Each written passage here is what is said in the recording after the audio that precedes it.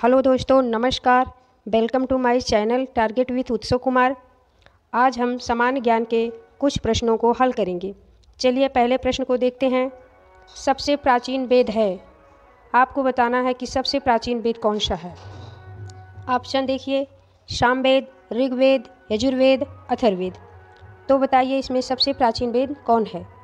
सामवेद हमारा गीत संगीत से है, ऋग्वेद हमारा सबसे प्राचीन वेद है, यजुर्वेद जो है वह गद्य पद से लिया गया है और गद्य पद इसमें है इस वेद में, और अथर्ववेद जो जादू टोना इसके अंतर्गत आता है। तो हमारा इस क्वेश्चन का आंसर क्या हो जाएगा।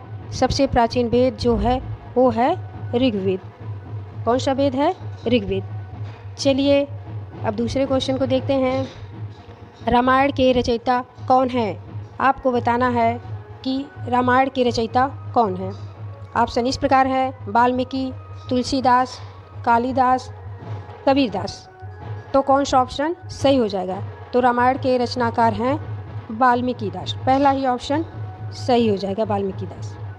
चलिए नेक्स्ट क्वेश्चन को देखते हैं। इतिहास के पिता किसे कहा जाता है।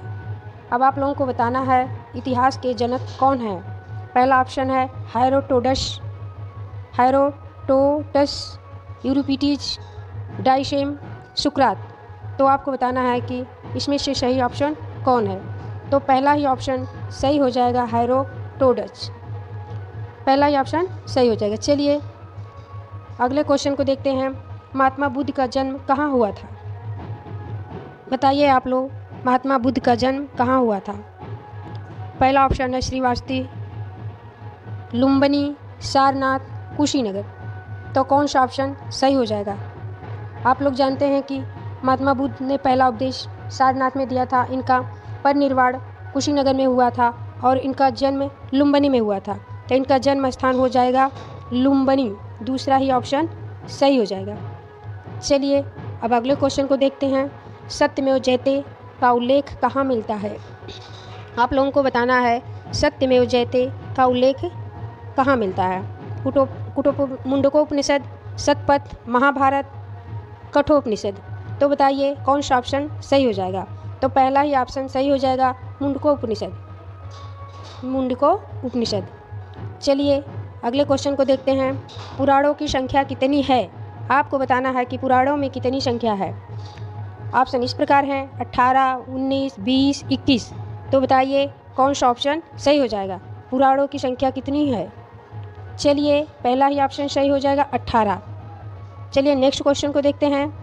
महाभारत में कुल कितने पर्व हैं।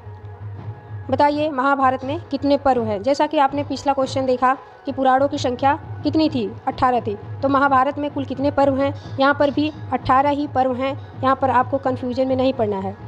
तो महाभारत में कुल कितने पर्व हैं, 18 पर्व हैं। चौथा ऑप्शन सही हो जाएगा। नेक्स्ट क्वेश्चन को देखते हैं। खजुराहो के मंदिर का निर्माण किसने किया। पहला ऑप्शन है चंदेल द्वारा राजपूतों ने, पल्लवों ने, मौर्यों ने। कौन सा ऑप्शन सही हो जाएगा। तो खजुराहो का मंदिर हमारा चंदेल द्वारा इसका निर्माण करवाया गया है। पहला ही ऑप्शन सही हो जाएगा। चलिए अगले क्वेश्चन को देखते हैं। सांची का स्तूप किसने निर्माण करवाया था। बताइए सांची का स्तूप का निर्माण किसने करवाया था। पहला ऑप्शन है अशोक, गौतम बुद्ध, चंद्रगुप्त, कौटिल्य। बताइए कौन सा ऑप्शन सही हो जाएगा। तो इसका पहला ही ऑप्शन सही हो जाएगा, अशोक ने करवाया था। चलिए अब अगले क्वेश्चन को देखते हैं। कौन भारतीय दर्शन की प्रारंभिक विचारधारा है। आपको बताना है कि भारतीय दर्शन की प्रारंभिक विचारधारा कौन सी है। पहला ऑप्शन है सांख्य, वैशेषिक, न्याय, मीमांसा। बताइए आप लोग कौन सा ऑप्शन सही हो जाएगा। तो पहला ही ऑप्शन सही हो जाएगा। चलिए दूसरे क्वेश्चन को देखते हैं। भारत का पहला मुस्लिम आक्रमण कब हुआ था। आप लोगों को बताना है कि भारत पर पहला मुस्लिम आक्रमण कब हुआ था। बताइए आप लोग। पहला ऑप्शन है 1023, 712 ईस्वी, 1711 ईस्वी, 750 ईस्वी। तो कौन सा ऑप्शन सही हो जाएगा। दूसरा ऑप्शन सही हो जाएगा, 712 ईस्वी। चलिए नेक्स्ट क्वेश्चन को देखते हैं। गौतम बुद्ध का महापरिनिर्वाण किस स्थान पर हुआ। लुम्बिनी, कुशीनगर, बोधगया, सारनाथ। तो बताइए कौन सा ऑप्शन सही हो जाएगा। बोधगया गौतम बुद्ध का महापरिनिर्वाण किस स्थान पे हुआ था। तो दूसरा ही ऑप्शन सही हो जाएगा, कुशीनगर। चलिए अगले क्वेश्चन को देखते हैं। भारत में सबसे प्राचीन विहार है नालंदा, उदंतपुरी, विक्रमशिला, सारनाथ। तो हमारा नालंदा सही हो जाएगा, पहला ही ऑप्शन। भारत का प्राचीन विहार कहाँ है, नालंदा में। चलिए, खजुराहो का कंदरिया महादेव का मंदिर किसने बनवाया था। परमार, मौर्य, राष्ट्रकूट, चंदेल। तो किसने बनवाया था बताइए आप लोग। तो चौथा ऑप्शन सही हो जाएगा, चंदेल द्वारा बनवाया गया था। चलिए नेक्स्ट क्वेश्चन को देखते हैं। गीत गोविंद किसने लिखा है। अब बताइए आप लोग, गीत गोविंद की रचना किसने की है। गीत गोविंद की रचना जयदेव ने की है। गीत गोविंद की रचना जयदेव द्वारा हुई है। चलिए अगले क्वेश्चन को देखते हैं।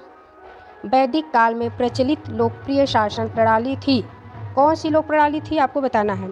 निरंकुश, प्रजातंत्र, गणतंत्र, वंश परंपरागत, राजवंश। आपको बताना है कौन सा ऑप्शन सही हो जाएगा। तो इसमें वैदिक काल में शासन प्रणाली थी गणतंत्र। चलिए नेक्स्ट क्वेश्चन को देखते हैं। गुप्त उत्तर काल में मुख्य व्यापारिक केंद्र था कनौज, उज्जैन, धार, देवगिरी। कौन सा ऑप्शन सही हो जाएगा। तो इसमें हमारा दूसरा ऑप्शन सही हो जाएगा, उज्जैन। चलिए अगले क्वेश्चन को देखते हैं। सिंधु घाटी के लोग अधिक विश्वास करते थे। बताइए सिंधु घाटी के लोग किस पर अधिक विश्वास करते थे। आत्मा और परमात्मा में, कर्मकांड में, यज्ञ प्रणाली में, मातृशक्ति में। तो सिंधु घाटी के लोग अधिक विश्वास करते थे मातृशक्ति में। ये लोग मातृशक्ति में अधिक विश्वास करते थे। चलिए अगले क्वेश्चन को देखते हैं। चालुक्यों की राजधानी कहाँ थी। वातापी, श्रीवास्ती, कांची, कन्नौज। तो कौन सा ऑप्शन सही हो जाएगा। तो पहला ही ऑप्शन सही हो जाएगा, वातापी। चलिए दूसरे क्वेश्चन को देखते हैं, जो हमारा लास्ट क्वेश्चन है। भारत का नेपोलियन किसे कहा जाता है। समुद्रगुप्त को, चंद्रगुप्त को, कुमारगुप्त को, रामानुज को। तो बताइए कौन सा ऑप्शन सही हो जाएगा। पहला ही ऑप्शन सही हो जाएगा, भारत का नेपोलियन समुद्रगुप्त को कहा जाता है। चलिए धन्यवाद। वीडियो पसंद आया हो तो लाइक और सब्सक्राइब करिए।